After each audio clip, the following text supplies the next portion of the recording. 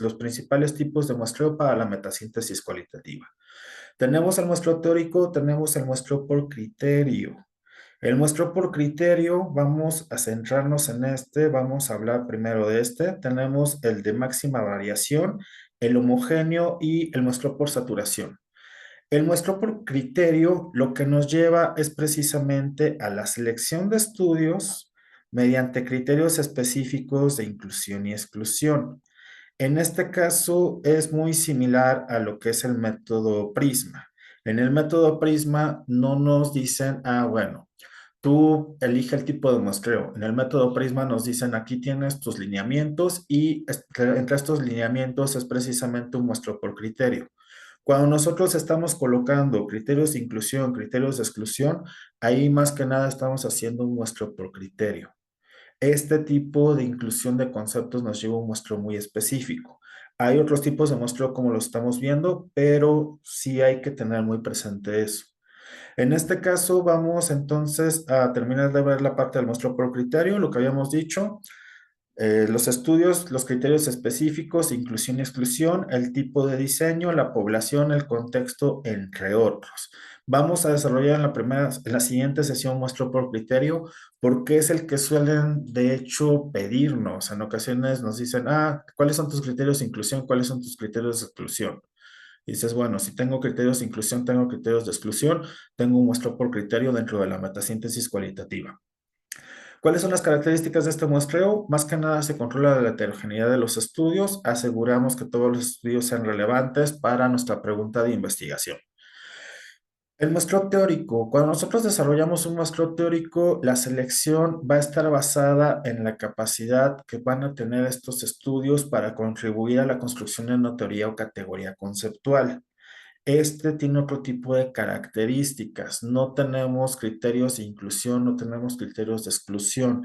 Es más que nada precisamente empezar a detectar cómo ciertos documentos nos van a ayudar a construir la teoría, a construir la categoría conceptual. Este tipo de muestreo va a ser iterativo. La iteración es precisamente que dentro de la investigación cualitativa, dentro de la investigación cuantitativa, en la investigación cuantitativa como que suele utilizarse un poco de una manera más clara o suele estar como que un poco más contextualizado. La iteración es que nosotros hacemos un cálculo, por ejemplo, algún tipo de modelo con estadística bayesiana o algún otro tipo de modelo y en este modelo colocamos la cantidad de iteraciones. Decimos, bueno, aquí están todos los elementos y calcúlame 4000 iteraciones.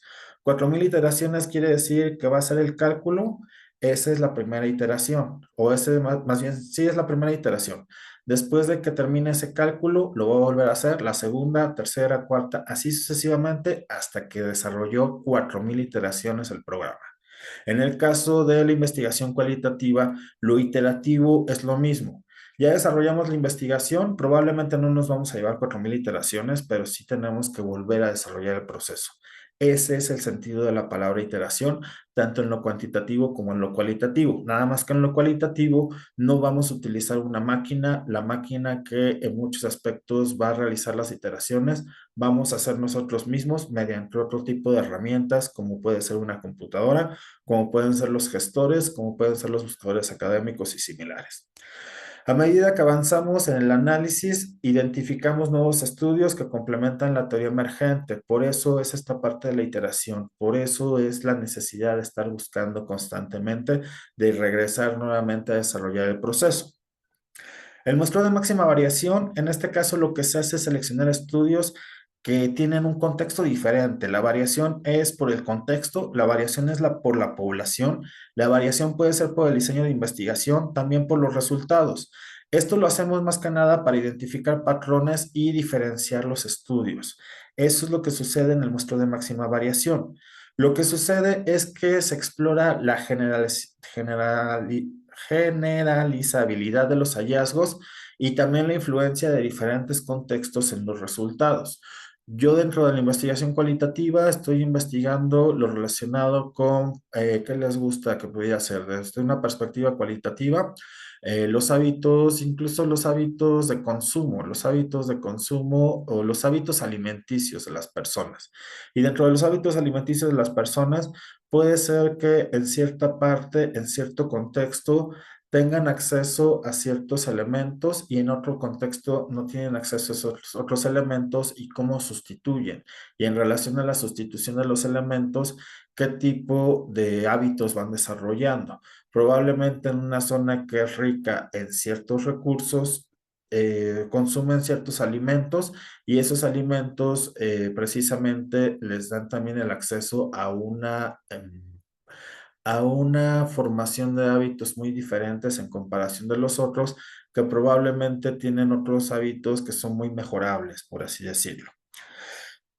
El muestreo homogéneo tiene que ver más que nada con seleccionar estudios que tienen características similares. En este caso puede ser el tipo de población o también el diseño de estudio, que nosotros estamos haciendo la metasíntesis cualitativa, pero dentro de la metasíntesis cualitativa vamos a elegir nada más estudios que tienen que ver con un diseño de investigación acorde con el estudio de caso.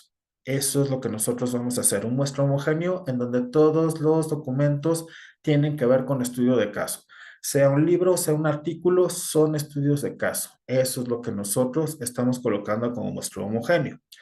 Entre las características, vamos a profundizar en el fenómeno específico, vamos a comparar los hallazgos entre los estudios porque estos estudios tienen características similares. Si nosotros estamos analizando 100 estudios de casos sobre una problemática específica, eso nos va a llevar a la profundización en el conocimiento de la temática abordada en cada uno de esos estudios de caso. El muestreo por saturación, más que nada en este caso, se seleccionan estudios hasta que no surjan nuevas categorías. Tiene ciertas características que dices, bueno, ¿y hasta qué punto es suficiente? ¿Hasta qué punto en verdad ya se saturó? ¿Hasta qué punto no es subjetiva la decisión de que ya se llegó a la saturación teórica? La selección de estudios hasta que no surgen nuevas categorías, temas o perspectivas para la investigación. Más que nada es eso, se llega al punto en que la información se vuelve redundante y no aporta nuevos conocimientos significativos. El muestreo por saturación es probablemente de los más complicados de cara a que hay que estar revisando constantemente. Hay que estar revisando constantemente y hay que tener también claras las tipologías. Hay que tener claro lo que hemos estado haciendo en su momento de, bueno, yo tengo esta categoría o este concepto central. De esta categoría o este concepto central vamos a decirlo que identidad. En identidad tengo estos tipos de identidad. Tengo la identidad personal, la identidad individual, la identidad social, la identidad cultural, la identidad colectiva, em, la identidad nacional, la identidad de género. Tengo muchas identidades y algunas de esas identidades puede ser algún o pueden llegar a ser consideradas como algún subtipo de una de estas identidades. Entonces, todo eso me va dando precisamente que conforme voy investigando, llega un punto en el que digo, ya completé esta tipología, ya completé toda la subtipología, ya tengo en este caso varias explicaciones, ya tengo también lo que las caracteriza, lo que les da especificidad, las diferencias con otro tipo de planteamientos, ya tengo todo eso desarrollado y conforme voy revisando, voy detectando que este punto que veo en este documento, este primer punto que está presente en este documento, esto ya estaba aquí. Esto que está en este segundo documento ya estaba en esta otra parte de mi, mm, de mi organizador gráfico. Vamos a dejarlo en mi organizador gráfico, de mi esquema para precisamente catalogar todo. Entonces, es lo que sucede con la saturación teórica. La saturación teórica también va a ser iterativa y la decisión de continuar o detener la recolección se toma continuamente conforme se analiza la información. La saturación se va a alcanzar cuando la teoría o modelo conceptual se encuentra suficientemente desarrollado o explicado. Como ya habíamos dicho, es subjetivo porque la determinación del punto de saturación depende del juicio del investigador. En este caso, si el investigador tiene mucha experiencia, puede ser que digas, bueno, por la misma experiencia que tiene, por los años que tiene de estar metido en esa línea de investigación, su decisión de que ya llegó a la saturación teórica es más factible. Si lo va a hacer un estudiante de licenciatura que vamos a decir que está en el primer semestre de cualquier licenciatura que ustedes quieran, y ese estudiante de licenciatura lo va a desarrollar, la decisión de qué momento llega a la saturación tórica, tomando en cuenta que sobre todo lo está haciendo en un solo mes, va a ser sumamente dudosa. Va a ser sumamente dudosa porque vas a decir, bueno, ¿y a qué, cómo es que estás diciendo que hay una saturación teórica si probablemente nada más revisaste 100 documentos? Y dentro de esos 100 documentos te faltó muy probablemente revisar otros 500 documentos por lo menos. Entonces, volvemos a lo mismo, es subjetivo, es sobre todo también muy relacionado con la experiencia del mismo investigador, de la misma investigadora, del mismo equipo de investigación que se puede llegar a un muestreo por saturación. De ahí nos vamos al siguiente elemento, que son los sesgos más comunes en la metasíntesis cualitativa. Ya hablamos un poco del sesgo de publicación, pero hay que seguirlos desarrollando. Tenemos sesgo de publicación, tenemos sesgo de fuente, sesgo de selección, sesgo de interpretación, de confirmación, de lengua, de metodología. El sesgo de publicación tiene que ver más que nada con que nosotros lo que hacemos es seleccionar estudios con resultados significativos, resultados positivos, y al momento de hacer esto, sesgamos la muestra de estudios incluidos porque estamos omitiendo resultados negativos o nulos. En ocasiones lo que sucede es eso, que los resultados no son positivos, que nosotros como investigadores teníamos ciertos supuestos, teníamos ciertas prenociones, teníamos una pregunta de investigación, teníamos objetivos, pero al momento de desarrollar la investigación detectamos que todo lo que habíamos pensado en el trabajo de escritorio estaba equivocado. Y los resultados precisamente son eso, son resultados que pueden ser negativos, son resultados que pueden ser ambiguos, son resultados que se pueden considerar nulos. Pero cuando la investigación nada más se enfoca en aquellos estudios que tienen resultados positivos, que la pregunta de investigación se quedó respuesta, que la respuesta fue satisfactoria al 100%, situaciones similares, se está generando un sesgo porque también en muchas ocasiones dentro de la investigación está esa parte del ensayo y el error. La persona que tiene o que llegó a esta parte de generar un ensayo y dentro de ese ensayo tener un resultado que pudiera ser considerado como un error, dentro de ese resultado también hay información, dentro de ese resultado también hay un conocimiento incluso sobre aquellos elementos que hay que delimitar para incrementar la probabilidad de obtener unos resultados que sean más concluyentes. Entonces, el sesgo de publicación tiene que ver con eso. ¿Cómo se evita este tipo de sesgo? Más que nada hay que realizar una búsqueda exhaustiva en diferentes bases de datos. Hay que identificar estudios que no fueron publicados, las tesis doctorales, las actas de congresos, los informes de investigación, los documentos de políticas, las patentes, las normas. Toda esta serie de elementos nos pueden ayudar a reforzar nuestra metasíntesis cualitativa y a evitar este sesgo de publicación. El sesgo de fuente tiene que ver con que los estudios provienen de una institución académica o editorial. Cuando nosotros hacemos esto, estamos limitando la representatividad de los hallazgos.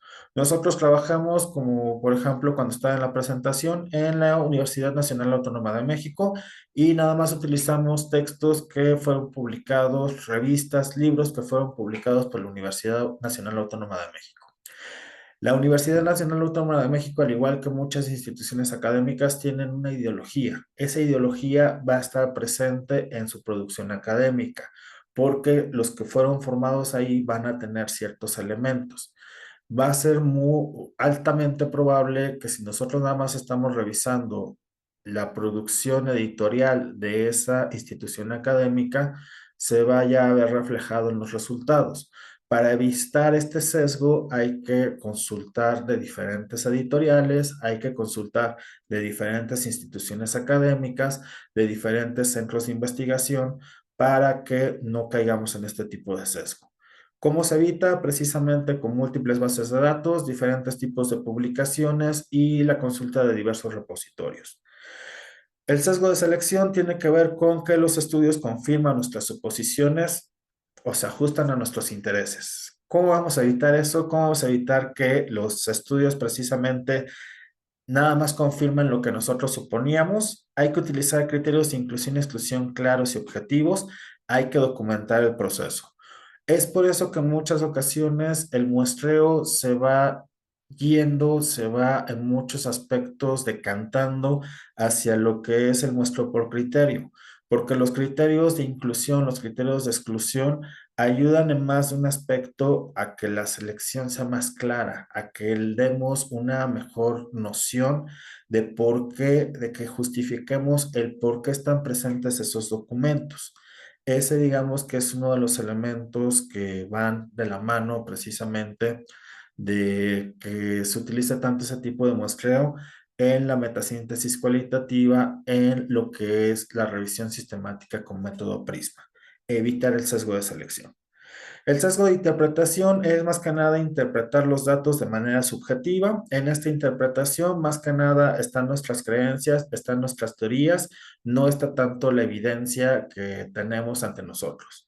¿Cómo lo vamos a evitar? La codificación abierta, la codificación axial, la triangulación de datos con diferentes fuentes de información nos van a ayudar a evitar este sesgo de interpretación. Lo que habíamos dicho, yo dentro de mis creencias tengo presente que en relación a determinada temática, en relación a determinada problemática, el concepto más importante es este. Yo tengo que es el más importante son los no lugares, pero al momento que yo tengo los no lugares y que de hecho los coloco, los defino de forma tal que ya está muy concretizado, que ya no está tan abstracto. Cuando hago la investigación, digo, los no lugares se definen también como lugares de paso, como lugares efímeros, como lugares donde no hay una interacción significativa. Después, cuando se hace la investigación, cuando se buscan los textos, se detecta que no necesariamente es eso, que dentro de la problemática los no lugares no son significativos, los no lugares no representan algo que en verdad sea determinante. Lo que sucede con este tipo de codificación abierta, codificación axial, es que nos permite ir detectando, nos permite ir colocando precisamente las frecuencias y en relación a esas frecuencias empezar precisamente a tener una evidencia que nos ayude a decir de manera objetiva cuáles son los elementos que están más presentes, cuáles son los elementos que han sido más mencionados. Y en relación a esos elementos, posteriormente desarrollamos otra serie de procesos que vayan de la pauta de lo cualitativo, que vayan de la pauta de generar una narrativa. El sesgo de confirmación, en este caso, es más que nada, va muy relacionado con los anteriores, más que nada buscar y enfatizar evidencia que confirma las suposiciones del investigador. Lo que sucede es que en este caso el investigador ignora o minimiza la evidencia que es contraria a sus suposiciones. ¿Cómo lo vamos a evitar? Es más que nada en este caso realizar un análisis crítico de los estudios, buscar puntos fuertes y limitaciones. En muchos aspectos generar tablas comparativas y dentro de estas tablas comparativas empezar a detectar que hay en cierto momento elementos que nos ayudan a reforzar nuestras suposiciones, pero también hay otros elementos que nos ayudan a replantearlas, que nos ayudan a decir, si bien en estos elementos estamos bien, en estos otros elementos hace falta vincularlos para obtener una mejor comprensión, una comprensión más acabada de la problemática. El sesgo de lengua más que nada tiene que ver con estudios publicados en un determinado idioma.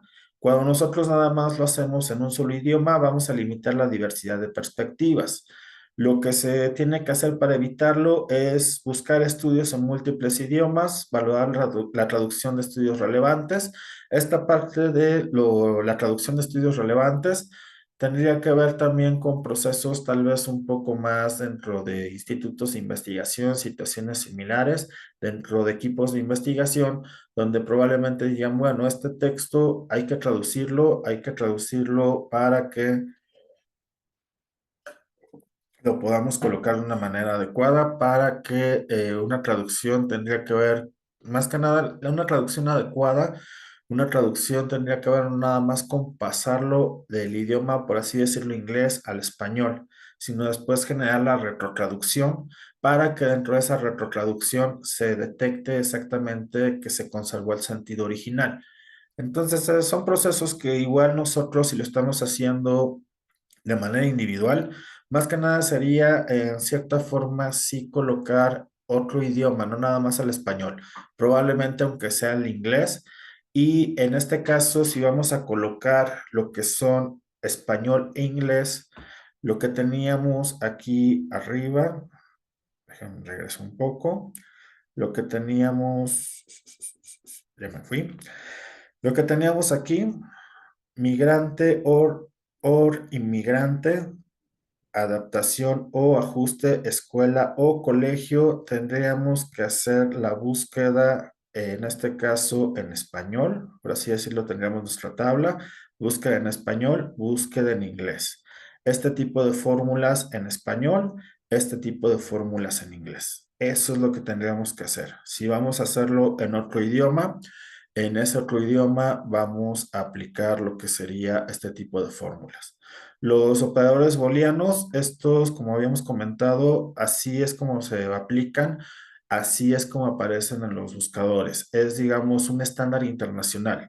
Aunque estemos en un buscador que está en español, es un estándar que vamos a poder aplicar.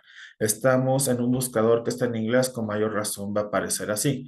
Estamos en algún otro tipo de buscador en algún otro idioma, probablemente en italiano, aunque sea en italiano, vamos a encontrar la presencia de los operadores booleanos.